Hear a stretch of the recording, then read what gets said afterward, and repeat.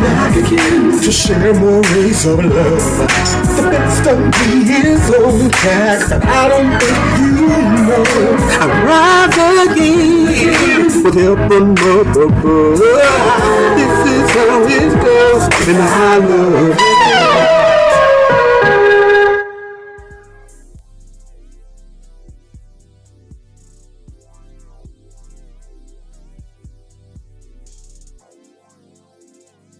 Hey, what's up, everybody? It is that time. Story time. This one was prompted by a question that was asked in my first and most recent live stream. Someone asked me about an experience that I shared with them with my nieces and nephews as witnesses about 5 years ago. I could have shared the story back then, but again, I'm often conflicted as to when would be the best time to share certain things because it feels like it's never the right time, but then again, when is really the right time to share certain things? Now, I do get that the majority of you guys are very open-minded, you're very sophisticated in your thought process, you're progressive thinkers, and most of you have had experiences along the lines of the kind of things that I'm talking about, so you will get it. But those who are just coming into the fold or those who are just coming by, some of these things will sound crazy and bizarre and impossible, but it can also be frightening, really scary. I mean, to suddenly come to the realization that everything that you've ever believed to be real and true is not exactly that can be earth-shattering, terrifying, and I walk that fine line between revealing suppressed and hidden truths and the fear that it could generate by doing so. So this is why more than often I kind of filter and I kind of add little images and things to kind of lighten up the message. But the intent is and will always be the same. And that is to remind those of us who are still asleep or in a zombie state or under hypnosis or whatever you want to call, to remind us of who and what we are and the true nature of reality. Now, this experience again happened about 5 years ago. It was the summer of 2013 to be exact, and everyone knows that I would always offer to take my niece and nephews out to give my sister a break or what have you. And this particular weekend, the kids wanted to see a Disney movie. The movie exactly escapes me right now, but they wanted to see a Disney movie. And it was also an opportunity for me to decompress and unwind because I was under a lot of stress and pressure at that time as well. So I decided to take the kids to Union Station in Washington, D.C. There's a huge food court, and at that time there was a movie theater there. It's no longer there now. And we was just gonna play it by ear and make the day of it. So anyway, a very hot, muggy summer day, I picked up my niece and nephews and we went to Union Station, and I parked at the very top tier level where parking is permitted at Union Station. We got out the car and headed towards the elevator to take us to the main atrium. When we got to the elevator, there was only one guy who was already in. He saw us coming, so he was holding the elevator door for us. So we rushed to get on the elevator. And then when we got in and we turned around, there was a guy coming towards the elevator. And that's when right away he caught my attention. Let me be careful with what I say. He caught my attention right away because he had on a black suit, buttoned all the way up with a black tie all the way up to the neck. Now, I don't know how many of you guys know, and this is why I often wear black on my head, or why black is my favorite color. Light, the color black draws in light. It draws in rays from the sun. So black should be the last thing anyone should be wearing on a muggy hot summer day, let alone a suit that's buttoned all the way up and a black necktie. So that caught my attention right away. But what caught my attention right thereafter was the complexion of this guy. This guy was a very unusual pale. Very unusual pale. So, and then he had platinum white hair. So, of course, we could or may assume that this may have been an albino male. But I've seen albino Caucasians before. This was different. The man's skin was literally the texture of like a prosthetic skin with chicken skin, with like a chicken skin tone overlay and translucent all at the same time. It was a very bizarre skin texture, tone, and complexion. So when he came to the elevator door, I was smiling at him, and in my mind, I'm thinking this man is not human. But I was being courteous, so I smiled at him. I said, "Oh, how's it going?" He said, "Oh, it's going fine, thank you." And he immediately got on and turned away from me. Now, this is where I'm really looking at him. He had platinum white hair. He had on shades. These shades were so dark you could not see past them, and they looked like they were melded or made onto his face. And they were cut in a frame and shape like I've never seen before. He had a briefcase. Now, at this point, I'm just looking at him, and everything in me is saying this is not really a human. And my niece and nephews, and even the guy, there was a Spanish guy, he was standing in the far right-hand corner. I was standing more to the far left. My niece and nephews, they were standing behind me. And they were even looking at me and looking at that man. They could pick up something was very strange about this situation. So as I was staring at him and thinking this is not a human, he became very, very agitated and really nervous. That's when I began to get really, really, really hot. Now, I'm naturally very hot-blooded, but I'm really getting to a boiling point. And at this point, the entire elevator starts to really, really heat up.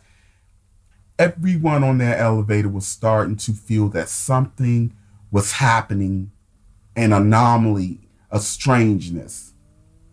Now, having many experiences beyond the veil with other forms, spirits, entities, and what have you, one of the things that I absolutely can tell you beyond a shadow of a doubt is that when we come against or come into the presence of a being with a different kind of makeup that is not of the human form, we will feel their energy. We will feel that there's something different about them. Like their auric field or their biosphere will not feel like something that you're used to feeling or sensing.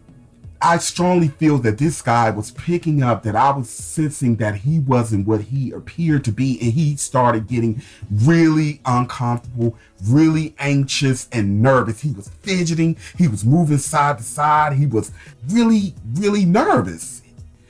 And my nieces and nephews, they were picking it up in their own way. And the man in the corner, he even had a perplexed look on his face. Now, by now, the elevator is getting scorching hot. I truly feel that this man was literally on the cusp of losing his form. Because when these beings who walk amongst us, when they're in a heightened state of anxiety, anger, and emotion, the true form will come through. Now, this is particularly true with those who have the ability of making us see them the way they want us to see them. There are different cloaking mechanisms and different cloaking tactics that are used to shield their form. The same is true when I've come across entities in a non-physical. They can shift their form to whatever they want, but it's usually mentally, it's by thought. But when we are in tune, we can still see beyond the projection that they are trying to put into our mind for us to see.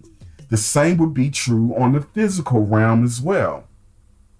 So anyway, when that elevator door opened, that man jumped off that elevator so fast and he disappeared seemingly out of nowhere.